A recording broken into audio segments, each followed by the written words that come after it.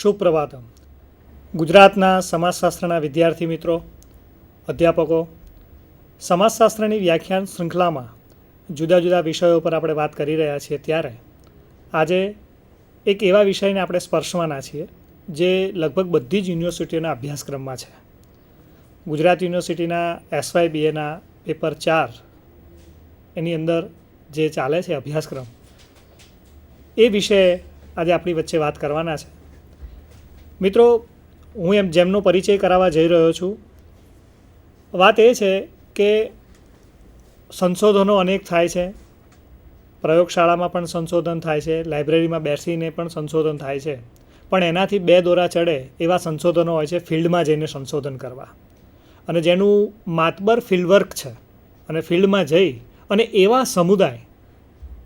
સમુદાય પાસેથી માહિતી પ્રાપ્ત કરવી કે જેની પાસે અલ્પ શિક્ષણ છે, જે સભ્ય સમાજથી ઘણો દૂર છે, અને એવી વ્યક્તિઓ પાસેથી જે રિસર્ચ કરી અને એવી માહિતીઓ પ્રાપ્ત કરીને લાવે છે, અને એવું એક માતબર વ્યક્તિત્વ રિસર્ચના ક્ષેત્રે આગવું નામ, આદિવાસી સંશોધનોમાં એક નામ ગુજરાતમાં લેવું હોય તો પહેલું જ નામ જેમના આપણા ઓઠે આવે એવા ડૉક્ટર ચંદ્રકાંતભાઈ ઉપાધ્યાય સાહેબનું હું અત્રે સ્ટુડિયોમાં સ્વાગત કરું છું. મિત્રો, આદિવાસી કેન્દ્ર ગુજરાત વિદ્યાપીઠ એમાં સાહેબ 32 વર્ષથી જોડાયેલા છે. 50થી વધુ લેખો, 15 પુસ્તકો, 45 સંશોધન અહેવાલો, અને જેમનો શરૂઆતથી જ રસનો વિષય આદિવાસીઓ અને આદિવાસીઓના સંશોધનનો રહ્યો છે. તેઓ Shri doctor Baba Saheb Ambedkar open university અને સૌરાષ્ટ્ર યુનિવર્સિટીના PhDના ગાઈડ તરીકે કાર્યરત છે. અનેક વિદ્યાર્થીઓ એમનું માર્ગદર્શન મેળવી રહ્યા છે PhDનું.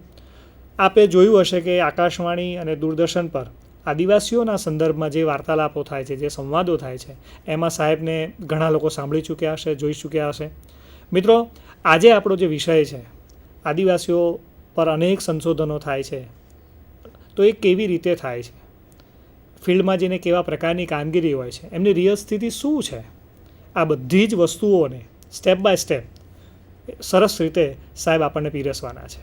ગુજરાતના આદિવાસીઓ વિશે આજે આપણને વાત કરવાના છે. તો હું ડૉક્ટર ચંદ્રકાંતભાઈ ઉપાધ્યાય સાહેબને વિનંતી કરું કે સાહેબ અમારા સમાજશાસ્ત્રના વિદ્યાર્થીઓને ગુજરાતના આદિવાસીઓથી આપ અવગત કરાવો. આભાર.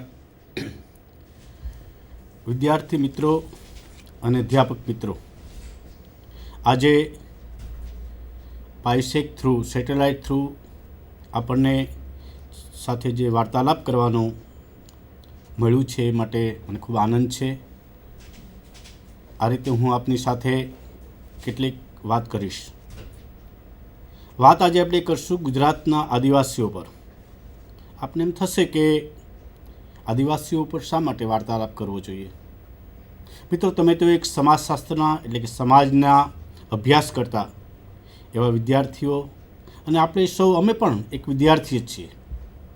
કદાચ થોડા વિદ્યાર્થીઓ કદાચ થોડા વર્ષ આગળ કામ કરેલું એટલે થોડા સિનિયર હશું, પરંતુ તે આ જગતની અંદર, શિક્ષણ જગતની અંદર તો આપણે સૌ વિદ્યાર્થીઓ છીએ.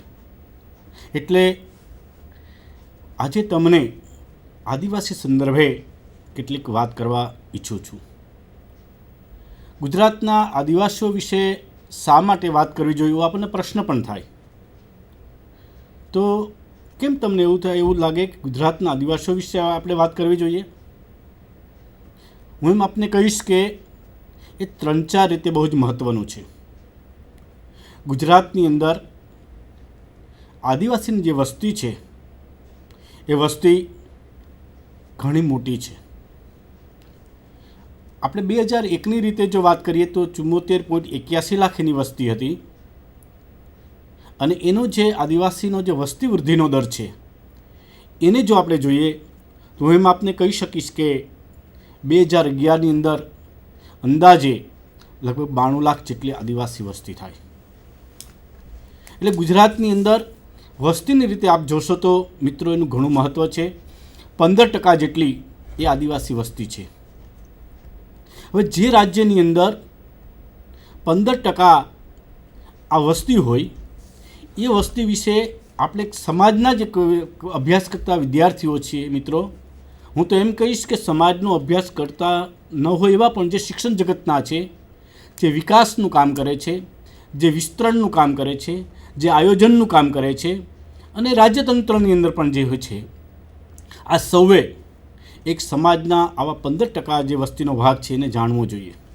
જો એનાથી આપણે કશી માહિતી જ આપણી પાસે ન હોય, આપણે એને જાણતા જ ન હોય સમાજ વિશે, અને પછી એમ કહીએ કે અમે સમાજ વિશે કામ કરીએ છીએ, તો કેટલું મિત્ર સાચું કહેવી શકાય. એટલે હું એમ કહીશ આપને કે આદિવાસીની વસ્તી એ આપણા માટે ખૂબ મહત્ત્વની છે. ભારતની અંદર આ આદિવાસીની વસ્તી ગુજરાતની જે છે એ ચોથા ક્રમે આવે છે. એટલે મિત્રો જોશો કે આપણાથી 3 રાજ્યો એવા છે કે જ્યાં આદિવાસીની વસ્તી વધુ છે, ચોથા ક્રમે આપણે આવીએ છીએ. એટલે આટલો બધો એ આપણી પાસે વસ્તીનો મોટો ભાગ છે. હું એમ આપને કહીશ કે એટલે આપણે એની ચર્ચા કરવી જરૂરી છે. બીજી બાબત મને એ લાગે છે મિત્રો કે એનો વિસ્તાર. આપણે એમ કહી શકીએ છીએ કે ગુજરાતની અંદર પૂર્વ પટ્ટીનો વિસ્તાર એટલે કે દાંતાથી ચાલુ કરીને ડાંગ, આ જે આખો વિસ્તાર છે કે જ્યાં 12 જિલ્લા, 43 તાલુકા અને લગભગ 5400થી વધુ ગામ એ સઘન આદિવાસી વસ્તી ધરાવતો વિસ્તાર છે. એટલે જેમ એની વસ્તી 15% છે એમ એનો વિસ્તાર છે લગભગ એમ કહી શકાય કે 17% છે. મિત્રો આ વિસ્તાર પણ 2-3 રીતે ખૂબ જ મહત્ત્વનો છે. આપણે પર્યાવરણની જ્યારે ચર્ચા થાય છે ત્યારે જંગલની, વૃક્ષોની વાત થાય છે. આદિવાસી વિસ્તાર એવો વિસ્તાર કે જ્યાં મહત્ત્વનું જે ગુજરાતનું જંગલ છે, જેટલા ટકા ગુજરાતનું જંગલ છે મને મોટાભાગનું જે છે એ આદિવાસી વિસ્તારની અંદર છે. બીજી બાબત, ગુજરાતની અંદર જેટલી મહત્ત્વની નદીઓ છે મિત્રો, આ બધી મહત્ત્વની નદીઓ એ આદિવાસી વિસ્તારમાં છે. તમે તાપી જોઈ શકશો, નર્મદા જોઈ શકશો, કરજણ જોઈ શકશો. આ બધી જે નદીઓ છે એમ કહી શકાય કે આદિવાસી વિસ્તારમાં છે.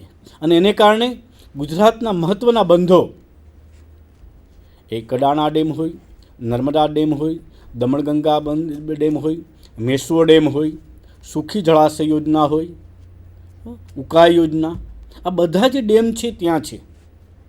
એટલે ગુજરાતની અંદર આ વિસ્તાર એ સમૃદ્ધિની રીતે તમે કહી શકો, ભૌતિક કરતાં જે સાધન સંપન્ન છે, સંપત્તિ છે, કુદરતી છે, એ કુદરતી સંપત્તિની રીતે એમ આપણે એમ કહી શકીએ કે આ વિસ્તાર પણ ઘણો જ મહત્ત્વનો છે. બીજી બાબત મને એમ લાગે છે કે મિત્રો, આપણે જ્યારે સ્વતંત્રતા મળી, સ્વતંત્રતાની સાથે આપણને બંધારણનો અમલ કર્યો.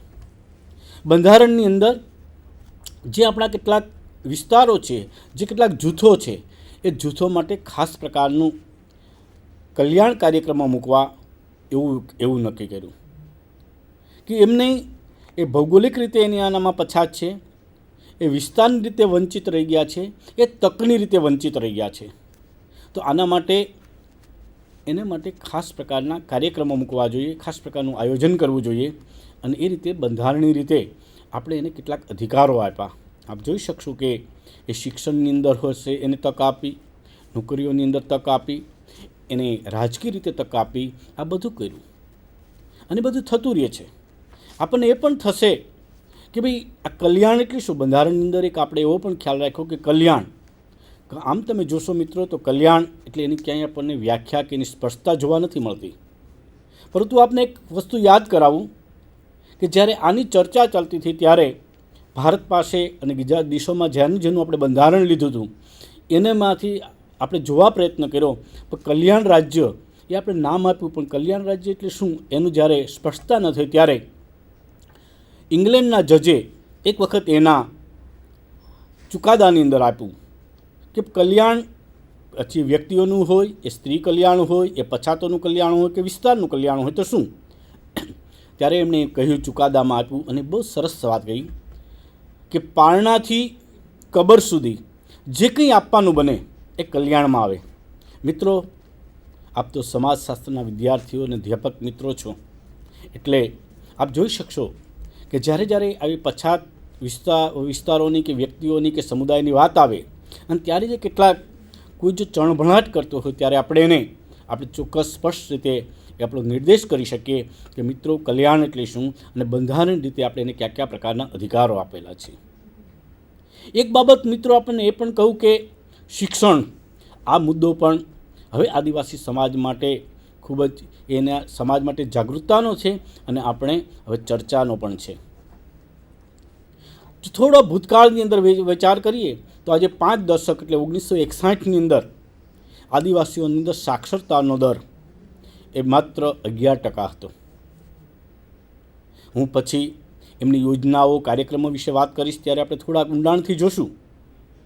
પરંતુ જે 5 દશક પહેલાં 11% સાક્ષરતા હતી, આજે એમ કહી શકીએ કે એમાં અત્યારે જે 2001 છે એની અંદર 47.74 એટલે 48% જેટલી સાક્ષરતા દર હતો. એટલે એનાથી આપણે સંતોષ નથી લેતા.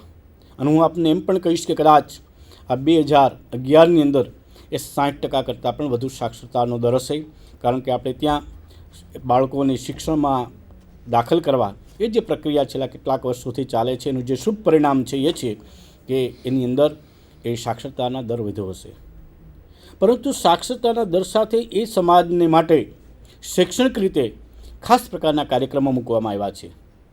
અને એ કાર્યક્રમોને પરિણામે એ રહેવાનું હોય, જમવાનું હોય, પૂર્વ પ્રાથમિકથી ચાલુ કરીને ઉચ્ચ શિક્ષણ સુધી એ નવા જે કાર્યક્રમોને અભિગમો અપનાવ્યા છે એને કારણે જે આદિવાસી સમાજની અંદર જે પરિવર્તન આવ્યા છે, જે અત્યારે આપણે જોઈ શકીએ છીએ, એ પણ એક એવો મુદ્દો છે કે જેની પણ અત્યારે ચર્ચા કરવી જોઈએ. માત્ર એક ભૂતકાળને વાગોળીને કે આદિવાસી સમાજ આ છે, એમાં ગરીબી છે, બેરોજગારી છે, આ બધું એના કરતાં શું પ્રકારના કાર્યક્રમો થઈ રહ્યા છે એને પણ જોવું જોઈએ. એટલે હું માનું છું કે એક સમાજશાસ્ત્રના આપણે સૌએ આ બાબત પણ ચર્ચવી જોઈએ. એક બાબત એ છે કે કાર્યક્રમો આદિવાસીના સમાજ માટે આપણે ત્યાં બંધારણનું અમલ થયું ત્યાર પછી પ્રથમ પંચવર્ષીય યોજના 1952 કોમ્યુનિટી ડેવલપમેન્ટ પ્રોગ્રામથી ચાલુ કરીને મિત્રો આપને એમ કહીશ કે જે વનબંધુ કલ્યાણ 2004ની અંદર આવ્યો ત્યાં સુધીની અંદર અનેક પ્રકારના એમના વિકાસના સંદર્ભની અંદર જ્યારે જેવી પ્રકારની જરૂરિયાત લાગી તો શિક્ષણના કાર્યક્રમો મૂક્યા, આર્થિક વિકાસના કાર્યક્રમો મૂક્યા, એમને વિસ્તારના સંદર્ભમાં કાર્યક્રમો મૂક્યા, જે કંઈ જરૂરિયાત ઊભી થઈ એ પ્રકારે આપણે એમના કાર્યક્રમો મૂક્યા છે. તો આ રીતે આપ જોઈ શકશો કે એ અનેક પ્રકારના કાર્યક્રમો છે. અને એની સાથે માનવી રીતે આપણે જે રીતે સમાજની અંદર આપણા શરીરની અંદર એકાદા અંગની થોડીક ક્ષતિ હોય એ કુદરતી રીતે હોઈ શકે. એ રીતે પણ આદિવાસી સમાજની અંદર પણ એક ક્ષતિ એ છે કે એ ભૌગોલિક રીતે અમુક વિસ્તારની અંદર રહે છે. તો આ સંદર્ભની અંદર સમાજનો જ એક ભાગ છે.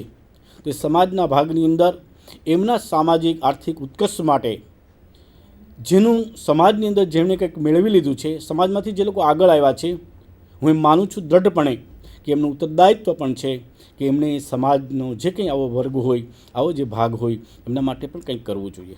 મિત્રો, મને એમ લાગે છે કે આ 5-6 મુદ્દા હું હંમેશા જ્યારે પણ આદિવાસી સમાજની ચર્ચા કરવા જઈ રહ્યો હોઉં ત્યારે આ એક પ્રાથમિક પૂર્વ ભૂમિકા આપું છું. કારણ કે એનાથી આપણો એક જે કોન્સેપ્ટ છે, આપણો ખ્યાલ છે એ બહુ સ્પષ્ટ બને કે શા માટે આપણે આદિવાસીની ચર્ચા કરવી જોઈએ. હવે આપણે આદિવાસી એટલે શું ખૂબ ચર્ચા ચાલે છે. ભાઈ, આદિવાસી કોને ગણવું? તો હું આમ તો એમ કહીશ કે બહુ એનો જો સામાન્ય આપણે અર્થ કરીએ તો આપણે એમ કહી શકીએ કે આદિ એટલે પ્રારંભનું અને વાસી એટલે રહેનારનું. જે પહેલાંના રહેનાર છે.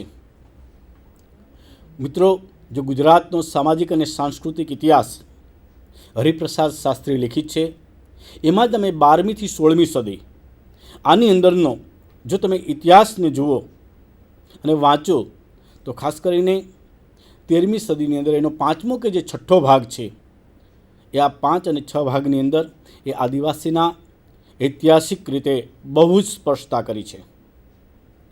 હું આપને એમ પણ કહીશ કે ગુજરાતની અંદર જે અત્યારે મેં તમને દાંતાથી ડાંગ સુધીની વાત કરી, આના જો તમે મુખ્ય તાલુકા સ્થળ જુઓ, એ વિજયનગર હોય, એ ખેડબ્રહ્મા હોય, એ સંતરામપુરનો વિસ્તાર હોય, એ ઝાલોદ વિસ્તાર હોય, એ રાજપીપળા વિસ્તાર હોય, કે તમે પછી ઉચ્છલ નિઝર જાઓ કે સોનગઢની અંદર જાઓ, આમાંથી મોટાભાગના જે તાલુકાઓ છે એ તાલુકાની અંદર મુખ્ય મથકે, કારણ કે ત્યારે મહાલ હતા અને એની અંદર જે રાજા રાજ કરતા હતા એ આદિવાસી હતા,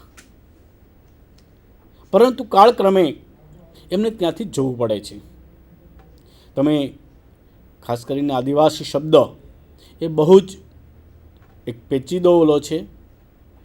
કઈ રીતે શબ્દ આવ્યો? એ માત્ર એક વિકસિત દેશ એવું બ્રિટન, કે જે બ્રિટન ત્યાં ઉદ્યોગીકરણ થયું, એમના માલનું વેચાણ કરવાનું હતું. એ માલના વેચાણ માટે સૌ પ્રથમ એ આફ્રિકા જાય છે. જ્યારે આફ્રિકાની અંદર એ જે લોકોને જુએ છે એ લોકો બહુ શિક્ષિત નહોતા. ત્યાં બીજી જગ્યાએ જે યુનિવર્સિટીઓ ઇંગ્લેન્ડમાં ચાલે છે એવી યુનિવર્સિટી નહોતી. એમની જે બોલી છે એ પોતાની સ્થાનિક બોલી હતી. આ બધાને જોઈને ઇંગ્લેન્ડવાળાએ એમ કહ્યું કે આફ્રિકાના વાસીઓ છે એ આદિવાસી છે. આ જ લોકો જ્યારે ઓસ્ટ્રેલિયાની અંદર ગયા ત્યાં પણ એને આ જ ચિત્ર જોયું, સિલોનની અંદર પણ આ જ ચિત્ર જોયું. પરંતુ જ્યારે ઇંગ્લેન્ડવાળા ભારતની અંદર આવે છે ત્યારે ભારતની અંદર, કારણ કે અહીં તો આપણે અનેક પ્રકારની વિશ્વવિદ્યાલયો હતી, સંસ્કૃત જેવી ઉચ્ચ ભાષા હતી, રાજાઓ જુદી જગ્યાએ રાજ કરતા હતા. એટલે ઇંગ્લેન્ડનો જે પહેલો ખ્યાલ હતો કે પ્રી લિટરેટ, પ્રી સ્ટેટ, આવા જે બાબતો એના મનમાં ખ્યાલ કરી ગઈ હતી, એ એક ખ્યાલ ત્યાં અહીંયા ભારતમાં જ્યારે આવ્યા ત્યારે એ ખ્યાલ ન ચાલ્યો. અને આને માટે ભારતની અંદર કોણ આદિવાસીમાં જાતિમાં આવે છે અને કોણ જ્ઞાતિમાં આવે છે એનું કામ કરવા સૌ પ્રથમ 1922ની અંદર એન્થોવન નામના જે અભ્યાસી છે એને કામ આપ્યું કે તમે ભારતની અંદર જુદી જુદા જે આપણા સમુદાયો છે મિત્રો, એ સમુદાયોનો અભ્યાસ કરો. અને આ એન્થોવનના અત્યારે આ 3 ભાગ છે, એની અંદર બહુ સરસ રીતે, બહુ જ ઊંડાણથી જુદા જુદા જૂથોનો અભ્યાસ કરીને બતાવ્યું છે કે